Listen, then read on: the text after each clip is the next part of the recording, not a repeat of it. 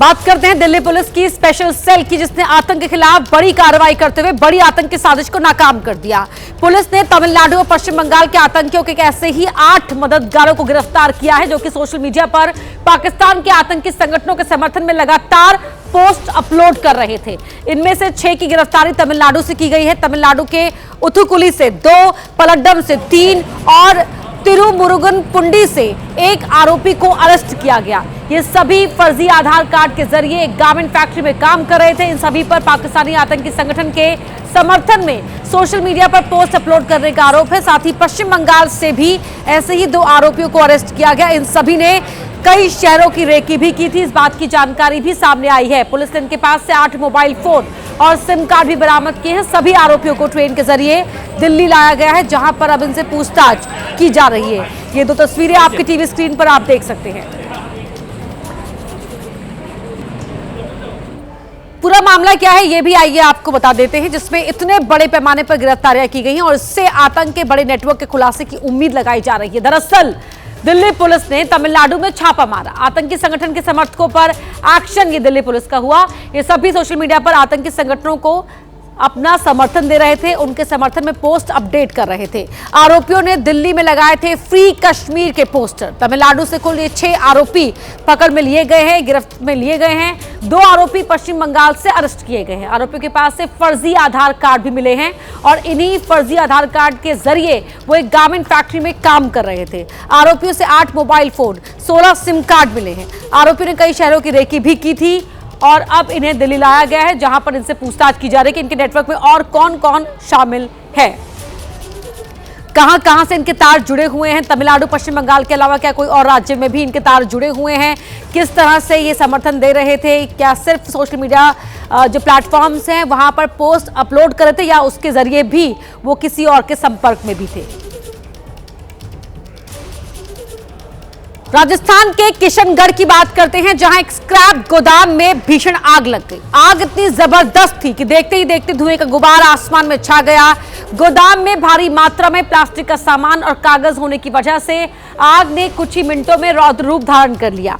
आग की लपटें दूर दूर तक दिखाई दे रही थी, जिससे औद्योगिक क्षेत्र में दहशत फैल गई।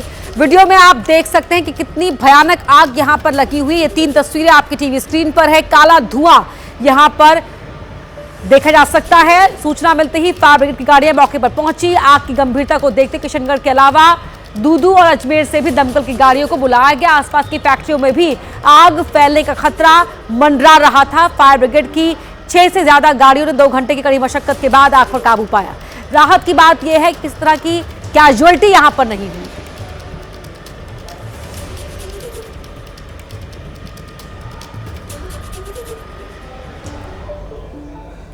महाराष्ट्र के सांगली की बात करते हैं, जहां पर तेंदुए का आतंक लगातार बढ़ता जा रहा है। तेंदुए ने शिराला और वाल्वा तालुका में 2 अलग-अलग दोपहिया वाहनों पर झपट्टा मारकर हमला कर दिया, जिसमें 2 युवक और 12 साल का एक नाबालिग घायल हो गया।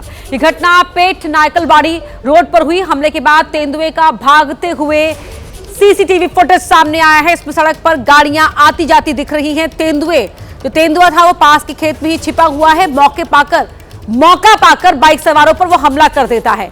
घायलों को इलाज के बाद अस्पताल ले जाया गया, जहां पर 1 महीने पहले भी तेंदुए ने 5 अलग-अलग घटनाओं में बाइक सवारों पर हमला किया था। बार-बार हो रही इन घटनाओं से इलाके में दहशत है। वन विभाग ने लोगों से एहतियात बरतने और रात में जरूरी होने पर ही बाहर निकलने की अपील की है।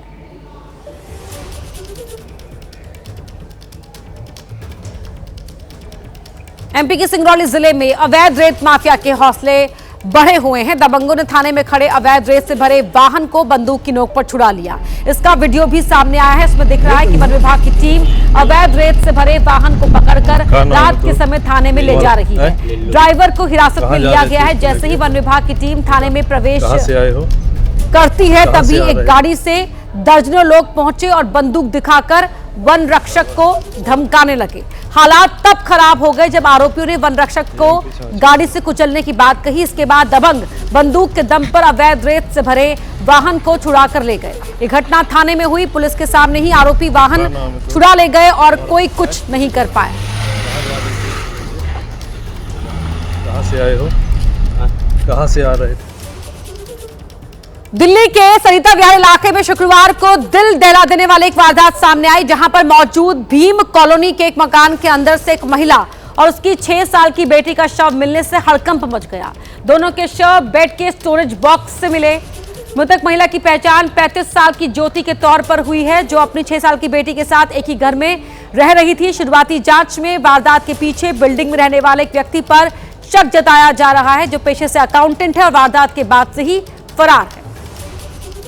सरिता विहार के भीम कॉलोनी में जो अली विहार है, उसके एक मकान में एक महिला और उसकी मात्र 6 साल की बच्ची का शव बेड के बॉक्स के अंदर से मिला। इस वक्त हमारी मौजूदगी अली विहार में ही है और ये वो मकान है और इसके 3rd फ्लोर पर एक परिवार रहता था, जिसमें 3 बच्चे और हस्बैंड और वाइफ रहते थे। मृतक की पहचान, महिला की पहचान ज्योति के नाम से हुई है, जो 35 साल की बताई जा रही है और उनके साथ एक बेटी थी जिसकी 6 साल उम्र बताई जा रही है।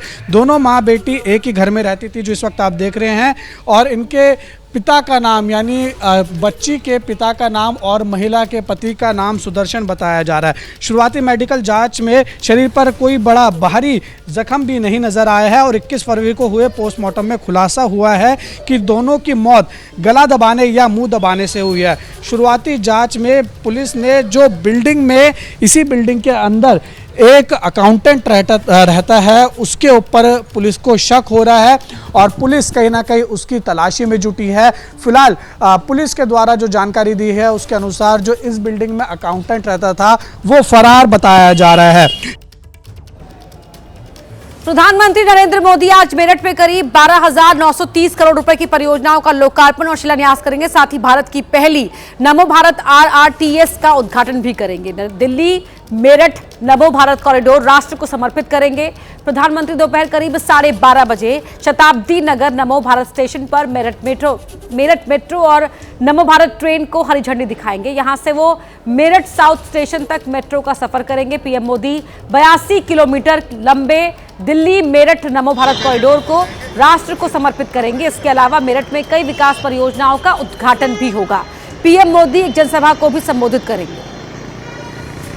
देश की इंफ्रास्ट्रक्चर प्रगति में आज एक नया अध्याय जुड़ने जा रहा है। आज देश की पहले नमो भारत कॉरिडोर के पूरे स्ट्रेच का जो इनॉग्रेशन है वो प्रधानमंत्री मोदी की ओर से किया जाना है।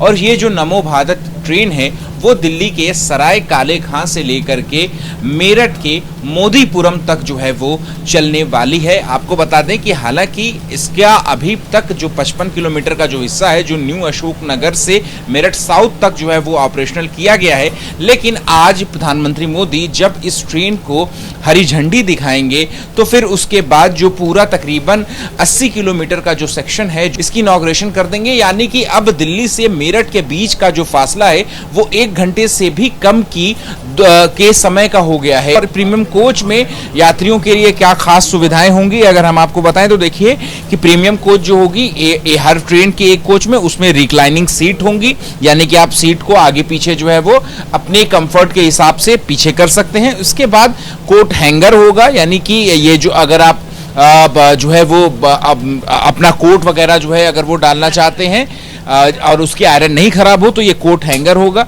बॉटल होल्डर दिया गया है, मैगजीन होल्डर है और चार्जिंग की जो व्यवस्था है वो जो है इस प्रीमियम कोच में है कि यहाँ पर जो है वो एक लगेज रैक, यानी कि अगर यात्री अब जो है वो बिना किसी बैगेज के अपने कंधे पे लादे हुए या जो है वो उसको खींचने के बजाय वो अपना जो सामान है वो इस लगेज रैक पे आराम से रख सकते हैं। और एक ट्रेन में एक कोच महिलाओं के लिए पूरी तरीके से आरक्षित होगा, जिसमें सिर्फ महिलाएं ही सफर कर सकती हैं। इस ट्रेन के माध्यम से जब आप 55 मिनट के अंदर मेरठ शहर के बाहर मोदीपुरम तक जो है वो आप जो है वो पहुंच जाएंगे, तो एक बड़ी सुविधा जो है वो लोगों को देखने को मिलेगी। यानी कि आप एक तरीके से कह सकते हैं कि दिल्ली के बाहर के जो रहने वाले इलाकों में जो लोग हैं उनके लिए अब दिल्ली जो है वो बेहद करीब हो जाएगा। तो प्रधानमंत्री मोदी जो है वो इस पूरे स्ट्रेच को आज राष्ट्र को समर्पित करने जो है वाले हैं। और किराया भी जो है वो इस तरीके से रखा गया है कि सभी लोगों की जो आम लोग हैं उनके लिए जो है वो बहुत बोझ ना पड़े और बहुत ही नॉमिनल चार्जेस जो है वो इसमें रखे गए हैं।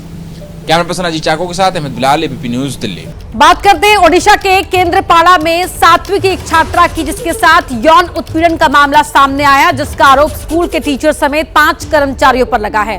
पुलिस ने 5 आरोपियों को हिरासत में ले लिया है और पॉक्सो एक्ट के तहत केस दर्ज किया है। ये बड़ी खबर आपको बता रहे हैं। वारदात राजकानिका इलाके में मौजूद एक प्राइवेट इंग्लिश मीडियम स्कूल की है, जहां पर पीड़ित की मां ने केंद्रपाड़ा जिला बाल कल्याण समिति में लिखित में शिकायत दी है, जिसके बाद जिला बाल कल्याण समिति की टीम एक्शन में आई। मामले की गंभीरता को देखते हुए इसकी जांच शुरू की गई। पीड़ित छात्रा की मां ने बताया कि उन्होंने इसकी शिकायत स्कूल के प्रिंसिपल से भी की, लेकिन कोई कार्रवाई नहीं हुई, जिसके बाद उन्होंने शिशु मंगल कमेटी में खत लिखकर मदद की गुहार लगाई, जिसके बाद पुलिस ने 5 आरोपियों को अरेस्ट कर लिया है और मौके से जरूरी सबूत इकट्ठा किए हैं।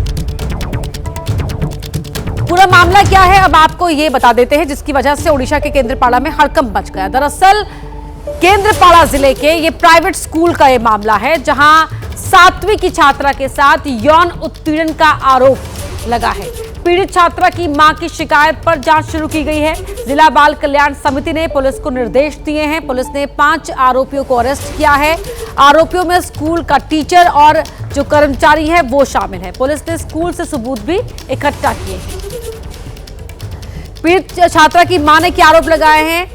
कहना है कि बेटी के साथ स्कूल के अंदर यौन उत्पीड़न हुआ है। साइंस लैब में टीचर्स ने यौन उत्पीड़न किया।